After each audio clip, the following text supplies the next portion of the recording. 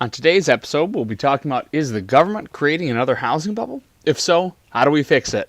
Stay tuned. This is the Homes Real Estate Podcast. Hello everybody, I am Peter Toering and this is the Homes Real Estate Podcast, talking all things real estate. So we're responding today to a Wall Street Journal article written on June 1st by Paul Kupiec and Edward Pinto about the government creates another housing bubble. They make a lot of good points here. I disagree with a couple of them, and we're going to address the things that both I agree with and I disagree with. So the first point is that we're seeing the strongest growth we've had since 2005, which is, again, generally true here in Macomb County. About 60% of all U.S. metros saw an acceleration in the rate of prices. Since mid-2012, most markets on average are up 28%. Here in Macomb, we're actually up above that. We're about 45%. And entry-level homes, being $250,000 under, are actually up more than that. The problem is home income, household income has not kept up. So household income has actually pretty much barely kept up with inflation. So that you have now a gap that's starting between income and home prices, which is not good. This can lead to more buyers being essentially priced out of the market. So, I agree with the income. I am seeing we now have more young buyers almost than ever. Millennials are starting to buy homes in droves. We're also seeing a push to not be house poor. So we're seeing a lot of dual income families that are not buying, and this is anecdotal evidence, I don't have a stat on this, but in my experience, home buyers are not purchasing the maximum of what they're pre-qualified for. They might be pre-qualified for $250,000. They're spending $170,000. They saw what happened to their parents in 2008. They saw people overextending themselves and then losing homes in foreclosure. The estimate is as many as 10 million families losing their homes in foreclosure. And so I think the lesson has been learned here, and folks are not stretching themselves. Of course, there's always cases where the vast majority of times it's student loans that are tamping down their pre-approval amounts. But a lot of folks are seeing, I would rather buy a smaller, low-maintenance home and have some money for the weekend to go out to dinner, to travel, or do whatever I want. So I don't know that I agree with them there. Their problem here is what they believe is the root is declining underwriting standards. So Freddie Mac, I know, announced, I think back in April, an extension of its 3% down payment program. You've got conventional loans that are 3%. You've got RD, which is USDA backed, which is 0%. Obviously, the VA loans are 0%, and you have fairly lax standards when it comes to gifts and things like that for down payments, generally speaking, conventional. That being said, the government does tend to kind of set the standards for underwriting. They back a significant portion of home purchase mortgages, but I don't know that the standards are declining. Yes, they're declining from 2 years ago, but they're not declining from 10 years ago. The standards are significantly more stringent than they were in 2005, 2006. We don't have the subprime loans. We don't have some of these, seeing negative amortization schedules at closing and being trapped into these. So I don't know that that's particularly true. If you go back and listen, we have a podcast with Dawn Symington, who's a brilliant lender over at Mortgage One, and she really gets far more in depth than I could ever understand as to the economic factors, kind of the mortgage climate that contributed to the housing bubble in the first place and the crash in the first place. So you have to remember we had a perfect storm of a housing boom, which we have now, subprime loans, which I think is arguable, and we had the job market fallout from underneath us. So we had the perfect storm creating the housing crash. So this article here, again, they go through and looking at easy credit, that credit scores may go up again because in some instances you'll be able to kind of expunge delinquent tax records when calculating credit scores. I think, again, I don't know that this is going to affect a lot of people. I think the biggest, kind of scourge on credit scores is student loans or lack of credit. So I think this is not necessarily going to be the huge problem that they say it's going to be. I also don't know. Yes, in some cases, they're arguing that borrowers are stretching themselves thin. I think that that's true in some cases. I think the real problem is buyers are ending up being more competitive. So they may make a more competitive offer on a home, but I still think that even if they're going above asking and they're doing an appraisal guarantee or whatever crazy terms they're offering, they're still staying within their means by doing so. I'm not seeing a lot of people that are stretching beyond their pre-approval amount, or or trying to finagle their pre-approval numbers to get more. And in fact, I think people are offering above asking because they've got room in their pre-approval. They might be able to, like I said, be approved for 250. They're offering on a 160 house, and so they say, hey, I've got no problem offering 170. I've got all kinds of room. At least that's what's happening here.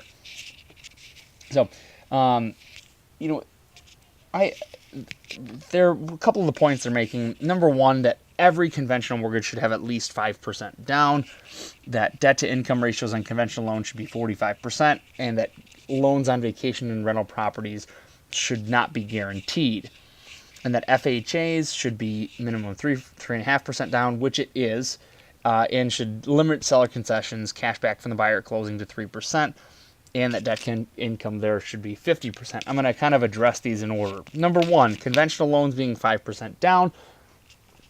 I think this would preclude a huge portion of home buyers from obtaining mortgages. You have a lot of folks that are coming out of school that are dual income houses that have got great jobs, but because of student loans and cost of college and everything else, they don't have a lot saved up. And this is something that I see all the time. So I think that the low down payment programs are very beneficial, especially to these folks that have got more college debt than any time in history, but they've still got good paying jobs. This can be a real help. The debt to income ratios, I absolutely believe, and I still think that we are most of the time staying within that 45%. I'm not seeing push of debt to income ratio.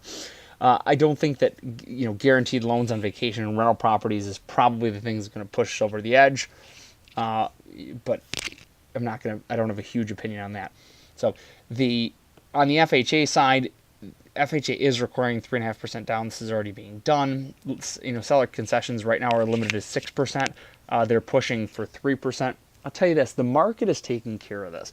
Seller concessions are not going to 6%. That's not happening in today's market. Certainly not in Michigan. I don't even know the last time I got seller concessions at 3%. We're asking, we're offering over asking. We're giving guarantees. We're doing all sorts of things, giving free occupancy. I think the seller concessions issue is kind of taking care of itself. And, the appraisers have really been battling us. They're really taking into account concessions. They're taking into account, condition of the home. They're taking into account all sorts of things, and they're kind of keeping us a little bit stable. So, I don't know that homes are really being artificially inflated because of, concessions. It's less than, in the last 12 months in Macomb Township, like less than 12% of I think it's even less than that. I don't have the stat in front of me. Have had any kind of concession, and on an average sale price of these types of property in Macomb Township, which is like $280,000, your average concession was it was about 1%. Was your average, between 1% and 2%. So I really don't think that's what's causing the bubble. So they also push for debt to income ratio of 50% for FHA, which is what it is already, and that FHA cash out refi finance should be done away with. Sure. So I don't disagree that we're having another housing bubble. I think that they're making some really good points. The points that I disagree with are, number one, I'm not sure that some of these kind of niche issues are what's causing the housing bubble. I think the biggest thing today that's causing the housing bubble, I have two major points. And the major points, number one, lack of available, affordable new construction. There's very little construction being done. Let's call it 275,000 and under. And that's causing kind of a pinch in the inventory. Number two is we have a lot of buyers competing for the same properties. You have first-time home buyers that are looking for small ranches or smaller homes that are affordable. You also have a lot of folks that are downsizing. Especially in northern Macomb County, you have a lot of large homes, 3,000-4,000 square feet. And your average move-up buyer, so second-time buyer, is not necessarily looking for that type of home. People are buying today smaller homes, less maintenance. They don't necessarily want the McMansions of 15 years ago. And so you're seeing a large percentage of home buyers that are competing for a smaller percentage of homes. Also, cosmetic updates are more important than they've ever been to people. So that kind of adds an additional element in. So I think that also low inventory begets low inventory. When you have a situation where sellers are looking at the market and saying, well, why should I sell my home if I don't think that reasonably I can find myself a new one? And I think that's a reasonable assumption. And I also think that that's being addressed now in the form of contingencies. I think that people were afraid for a while to list their home contingent on them finding a new one, but we're seeing it all the time now. A listing will say, sale is contingent on seller finding a suitable home. And it does cause a bit of a daisy chain if you have multiple sellers that are doing this. It can be a little bit more complicated for us on the real estate side, but it certainly can happen. Now, my numbers kind of support me here. If you look at the inventory, it's been, we had just a complete inventory dump from mid 2016 to 2017, kind of bump back up here in kind of early mid 2018, just a little bit, and then is kind of remaining stable since then. But the inventory being low is, like I said, I think it's a combination of a lot of things, and I think that if we could kind of eliminate the buyer fear of being in multiple offer situations and being in incredibly competitive offer situations, and we could also let homeowners have a contingency on finding suitable housing, we could actually alleviate some of this inventory along with having affordable new construction homes. So yes, prices are up, but if you look kind of long term here, you look at the numbers, this is not anything that's unprecedented. The whole point of real estate is to have an appreciating investment. So if you look at this, and if you look, let's say you looked, I don't know, even 10 years back, you look at the boom, we look at 2008, I guess it's right after the boom there. We're not even, we're just slightly past where we were in even 2006. So this is not anything that's unprecedented. And again, the thought is that you should be going up on a 45-degree line, and that the crash was a blip in that line. So to say, well, we've got a housing bubble because prices are up, well, yeah, prices should be up. The real estate market, as long as things are going well, we've got the strongest economy I think that we've seen in with the May jobs numbers came out. And we've got some of the lowest unemployment since like the 1950s for certain groups of people. And this is awesome. So, I wouldn't put a fear of a housing bubble on the numbers alone, but I would encourage you, buy within your means. Be careful on what you're offering. And be productive and be strategic when you're offering on homes.